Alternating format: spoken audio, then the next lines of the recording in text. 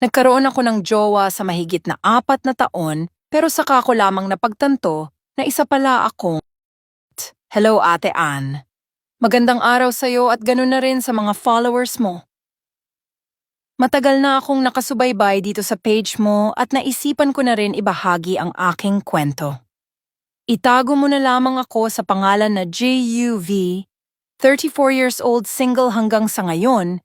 Isa lamang akong simpleng babae na hiling lamang ay magkaroon ng simpleng pamilya. Lumaki ako sa broken family dahil naghiwalay ang mga magulang ko noong bata pa lamang ako. Noong nasa 15 years old ako, ay namasukan ako bilang kasambahay sa bayan. Kasabay di noon ang pagkakaroon ng nobyo, kasabay sa lahat ng iyon ang pagbibigay ng tudong pagmamahal sa naging nobyo ko.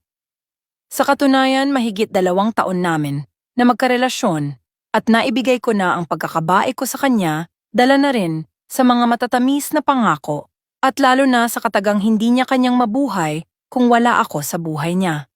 Pagkalipas ng ilang buwan ay bigla na lamang siyang nanglamig sa akin at tuluyan niya akong hiniwalayan. Grabe ang pagkalugmok ko noon na muntik na akong magbigti na siyang ikinagalit ng amo ko at pinauwi niya ako sa amin. Buti na lamang ay marami akong naging kaibigan sa amin at tinulungan nila ako upang makapag-move on. Pagkatapos ng ilang taon ay sinubukan ko uli na pasukin ang pagkakaroon ng relasyon, tawagin na lamang natin siya sa pangalan na Boyax.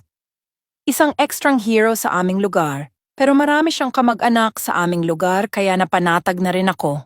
Sa 7 buwan na palagi niya akong nililigawan ay napapa-oo niya rin ako. Lahat ng naata ng gusto ko sa lalaki ay nasa kanya na. Naging tricycle driver siya sa amin at doon ko nakita kung gaano siya kasipag sa buhay. Lumipas ang mga taon na lahat na ibigay ko na sa kanya. Umabot na nga ako sa punto na ako mismo ang mag-aya sa kanya ng kasal dahil ayaw ko nang mawala siya sa buhay ko. Pero hindi ko ginawa, tila na I enjoy lang niya kung ano ang meron sa amin. Aaminin kong minsan na rin akong nagduda dahil may mga lakad siyang hindi nagpapaalam.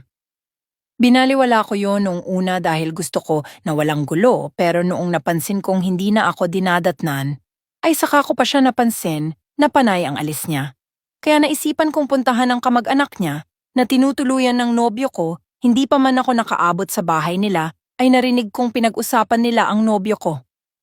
Nakinig muna ako at hindi ako makapaniwala sa mga naririnig ko na umuwi na nga raw ang asawa ni Boyax at sinundo nga daw kasama ang anak nila.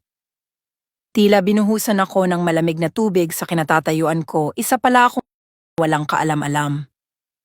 Umuwi ako sa amin at iniyak ko na lang ang lahat. At marami akong gustong gawin sa bata, gusto ko siyang mawala sa mundo, baka ito lang ang magiging metsa na makulong ako.